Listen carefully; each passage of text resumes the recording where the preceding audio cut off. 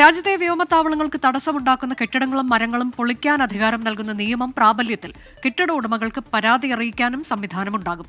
അതത് ജില്ലാ കളക്ടർമാർക്കാണ് തടസ്സങ്ങൾ കണ്ടെത്തേണ്ട ചുമതല.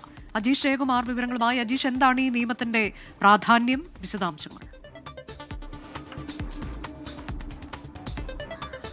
അനുജ, കഴിഞ്ഞ വർഷമാണ് ഇത് സംബന്ധിച്ച നിയമം പാർലമെന്റ് പാസ്സാക്കിയത്. അതിന്റെ കരട് നിയമം ഇപ്പോൾ ഗസറ്റിൽ പ്രസിദ്ധീകരിച്ചിരിക്കുകയാണ്. ഇതോടെ ഈ നിയമം പൂർണ്ണമായും പ്രാബല്യത്തിൽ വന്നു കഴിഞ്ഞു. അതായത് വിമാനത്താവളങ്ങളുടെ പരിസരത്ത് തടസ്സമായി നിൽക്കുന്ന മരങ്ങൾ, ഒപ്പം തന്നെ കെട്ടിടങ്ങൾ, ഇത് പൊളിച്ചു നീക്കുന്നതുമായി ബന്ധപ്പെട്ടാണ് ഈ നിയമത്തിൽ പ്രധാനമായും പറയുന്നത്.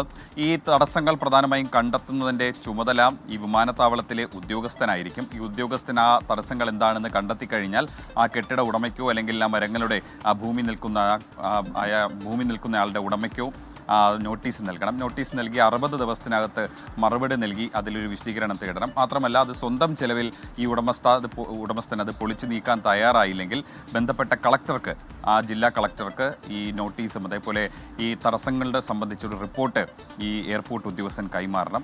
പിന്നീട് കളക്ടറായിരിക്കും അത് പൊളിച്ചു നീക്കേണ്ട കാര്യങ്ങളടക്കം ചെയ്യേണ്ടത്. ആ നിയമമാണ് ഇപ്പോൾ പ്രാബല്യത്തിൽ വന്നിരിക്കുന്നത്. നമ്മളെ വിമാന അപകടവുമായി ബന്ധപ്പെട്ട വിഷയങ്ങൾ ഇപ്പോൾ ചർച്ചയാകുന്ന ഒരു സാഹചര്യത്തിൽ കൂടിയാണ് ഈ നിയമം ഇപ്പോൾ പ്രസക്തമാകുന്നത്. വിമാനത്താവളങ്ങളുടെ സുരക്ഷ വർദ്ധിപ്പിക്കുന്നതിന്റെ കൂടി അടിസ്ഥാനത്തിലാണ് ഇപ്പോൾ ഈ നിയമം ഇപ്പോൾ പ്രാബല്യത്തിൽ വന്നിരിക്കുന്നത്. അതാണ് പ്രധാനപ്പെട്ട ഒരു നിയമമാണ്. ആ നിയമം പ്രാബല്യത്തിലായിരിക്കുന്നു. അജീഷ്, അതിനിടെ ഡൽഹിയിലെ ഇൻഡിഗോ വിമാനം അടിയന്തരമായി തിരിച്ചിറക്കി എന്നൊരു വാർത്ത കൂടി വരുന്നുണ്ടല്ലോ. സാങ്കേതിക തകരാറിനെ തുടർന്നാണ് നടപടി എന്നതാണ്. അജീഷ്, ഇതിന്റെ വിശദാംശങ്ങൾ എന്താണ്? എത്ര യാത്രക്കാർ വിമാനത്തിലുണ്ടായിരുന്നു? അവരെ എല്ലാവരെയും സുരക്ഷിതരായി തന്നെ മാറ്റി കാണുമല്ലോ അല്ലേ?